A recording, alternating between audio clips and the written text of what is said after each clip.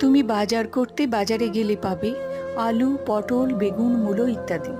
আর সংসার করতে গেলে সমাজ ও আত্মীয়দের কাছ থেকে নিজেকে বাঁচাতে তোমাকে বাঁধতে হবে বেতের বোনা ধামাগুলো, যেটা সারা জীবন তোমাকেই নিজের পিঠে পড়ে থাকতে হবে নিজেকে বাঁচানোর জন্য।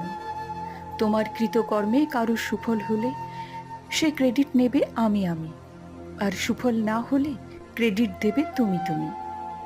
আমি প্রশ্ন করি, হে শ্রেষ্ঠ সৃষ্টিকর্তা, তোমার সৃষ্টিতে কি এতই দুর্বলতা?